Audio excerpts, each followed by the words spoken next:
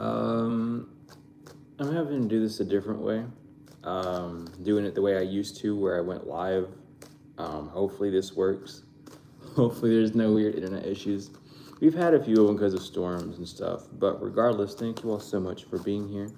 I greatly appreciate all of you. Thank you for the support, for being here as we get the time right, as we go back to the truth of things rather than being so spread out and sporadic.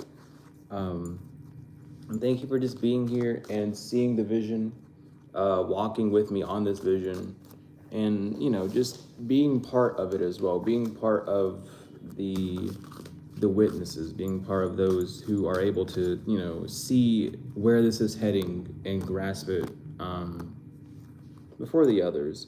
I'm really the only one. Well, no, I'll take that back. The mentor that I have, which is the spiritual hobo, he's been doing a lot of things on TikTok about it, but I'm the only one kind of pumping out the YouTube content in the sense of getting the things right.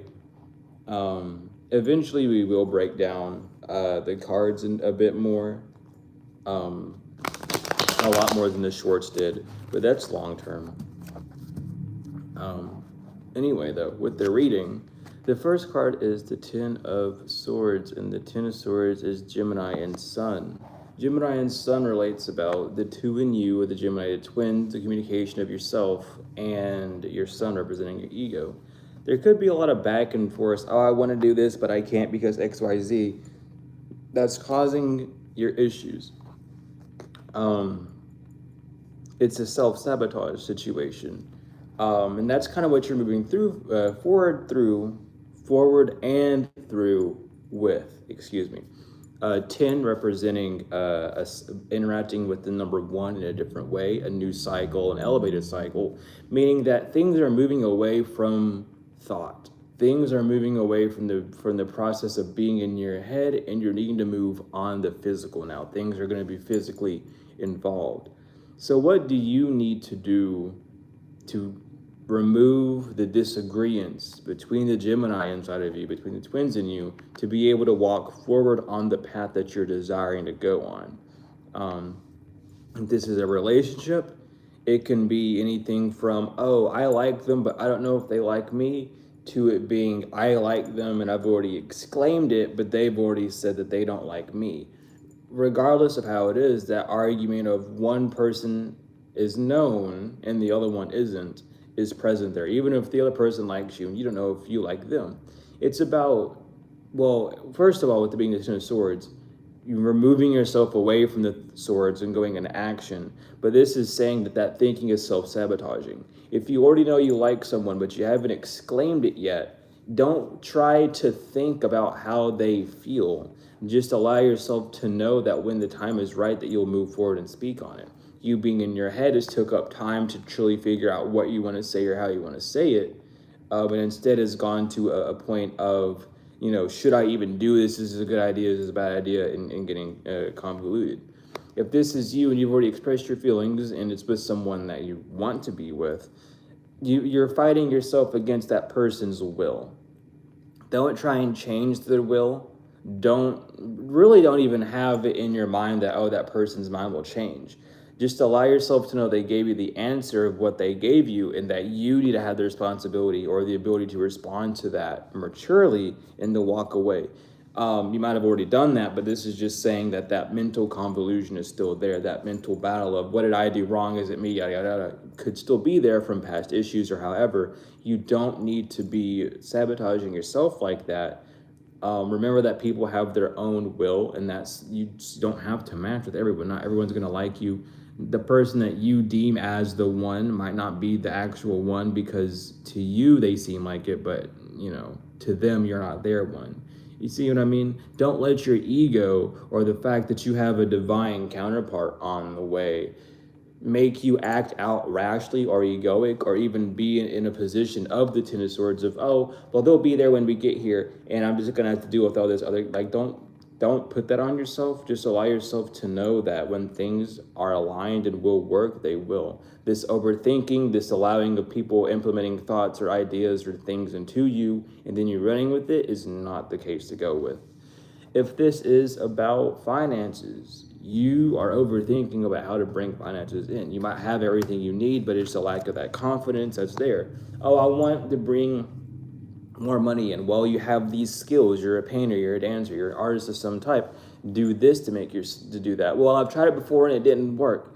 Well, how were you thinking? What was your mindset back then? Oh, well, it was kind of the same as I am now. Well, then you need to remove yourself from that mindset. If the mindset was different and you were completely ambitious, what weren't you giving yourself that tore yourself down? Because again, this is self-sabotage. The Ten of Swords, people like to say that it's someone trying to put swords in your back. I don't see anyone else on that card other than you and that sword. So who's this mysterious other? I don't know. It's called scapegoating. Religion brought it over. The Rosicrucians brought that shit over with the Knights Templar because they wanted everyone to blame and to put their faults onto Jesus and using his blood, which really isn't Jesus. His name, I mean, it was not Jesus. I believe his name was Joseph, actually, correctly. But Jesus was not crucified for your sins. It was some other random dude who was sacrificed in the name of Jesus. That's why when he was on the cross, he cried out, God, God, why have you forsaken me? Instead of Father, Father, like Jesus would have. You know what I mean? It's simple things like that. Anyway, a little biblical lesson in the middle of this because we got to get things straightened out. And when you know the doctrine, you know the doctrine. There's the difference between you just skimming over and reading it or you actually knowing it. Regardless, going back to the reading, if this is just simply between you need to make a decision to move, you're overthinking the move. Maybe you're overthinking the move because it's not where you want to be, actually. Maybe you're overthinking because you have priorities here. Maybe people here are holding you back. Maybe you still want to finish up ties or communication with people here. However, there's just a rebuttaling or a combatant thought, a combatant, not necessarily reason, because there is no reason behind this thought. It's just being intellectual. It's being based off of knowledge for that term. It's knowing. It's not really experimenting. It's not gaining any sort of wisdom from it. It's just knowing that this happened once. And your brain's a machine, and machines do the same thing over and over again. We aren't a machine.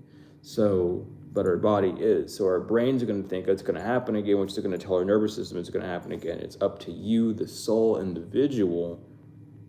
Get the drift? The soul individual, I'll say it one more time, the soul individual to ignore the flesh and to do what you desire rather than combining yourself with that disagreeable nature of the fleshly actions, of the fleshly responses of things, and going down that pipeline instead. If this is just like a general, you could be self-sabotaging. And these thoughts don't even have to be something big. This could literally be like, I don't want to do it now. I'll do it later. This could be procrastination. This could be anything where a thought, an internal thought, or something that you grab from the external and have internalized to be wielded in your hands and used however you direct it to be used, whether it's information, an opinion, a fact, or it's anything. It's sabotaging. That's the saboteur of that situation, but it's you because you've adapted yourself to it. So if you're someone that, I'm afraid of being stalked by people, you're a saboteur against yourself because the device that you're using is also letting the government stalk you. So quit using that. You know what I mean? Like, it's these useless fears that people instill into people, and that's these Ten of Swords as well. Like all these tarot readers, someone's stalking you, someone's trying to do death magic on you. Yeah, the reader's doing death magic on you by making it seem like someone's doing it to you. So then you take it in and then you start doing death magic on yourself by making it a new belief system, making that reader free of any responsibility. Welcome to spiritual court. May I take your order? That's how they're getting away with it. That's why they're not getting punished but being helped, because Shaitan loves when people do that. Anu doesn't. And that's the difference. So, you got to get real with yourself. How are you sabotaging yourself? What cycles are you still in because you think that you need to be in them that you actually don't need to be in? Are you holding yourself back from riches, from finance, from that person, from that job, from that new place, from that new mindset, from that new diet, from the exercise routine? However or whatever this is, there are thoughts that are combating and denying you access from what you are desiring. So you need to be able to relearn how to de-sacrifice that. The white over the gold over the red. Usually within tarot, that red over the white means that you're sacrificing, or you are in charge of sacrificing your consciousness, your mental registering of things of, oh, it might work because this and that, and going with purity or the heart space, that faith.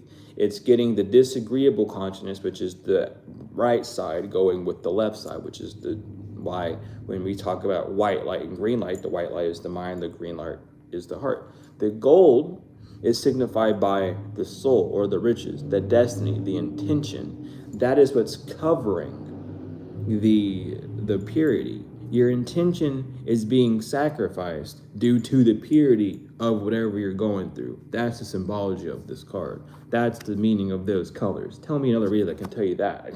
I'll wait. Because that's what we're looking at when this card is there. The water signifies the land that you couldn't cross, the emotions that you still have to go through to even reach the land that you need to get to. But you can't move because you've already sacrificed yourself underneath these swords. You know, you're watching other people go. They're watching other people do those things, but you can't do it because your thought forms, the way that you're thinking about things, the way that you're applying things is deconstructive instead of constructive, or building things up, or prostructive, truly, instead of constructive. But again, in this Ten of Swords, that's really what we're talking about, is that duality of you, the agreeable and disagreeable, the Cain and Abel inside of you, and which one is winning. With it upright, with the sun, you're operating off of a Cain mentality. I can't, so I'm going to get rid of it. You're going to kill it. You're going to forget that it ever happened. You're going to wipe it from existence is what you're doing.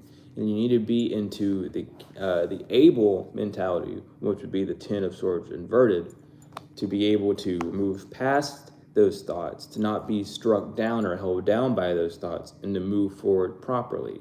To know that things aren't a stressor or a headache, or that your paranoia isn't backed by any truth, and to walk forward in the knowing that you can.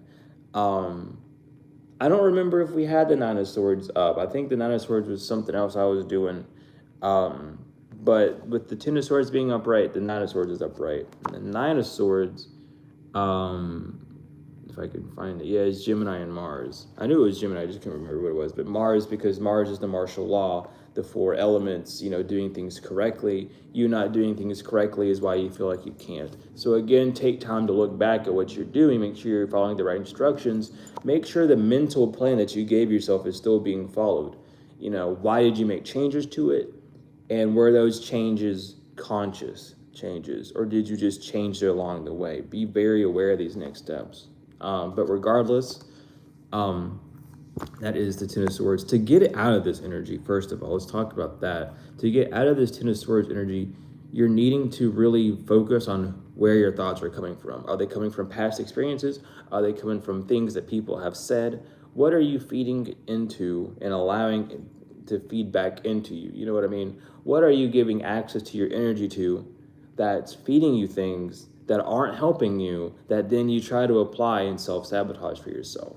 You really need to use this. This is another thing about discernment that people need to have. Make sure it's really about you. Remove, dissect. Die means to make the split. So discern, to split, discern, to split what you can receive, to split what you have, to split that seed in that sense.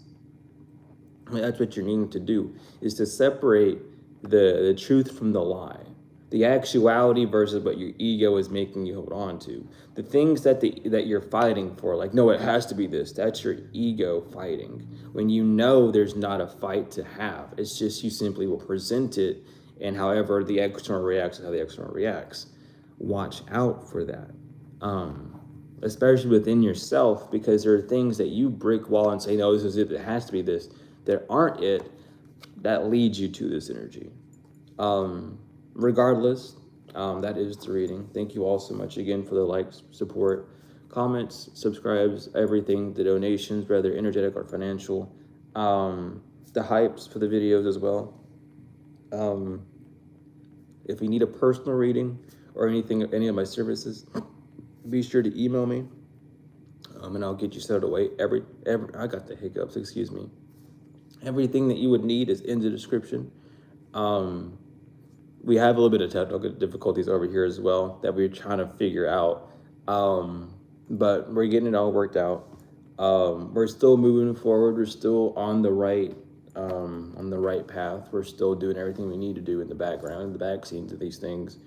But we're still trying to get the live streams running properly. I even noticed it here. It was like lagging back and forth, so hopefully it wasn't lagging through the video. But regardless, thank you all so much for being here. I love each and every one of you to measures beyond. It's truly been wonderful, and I will see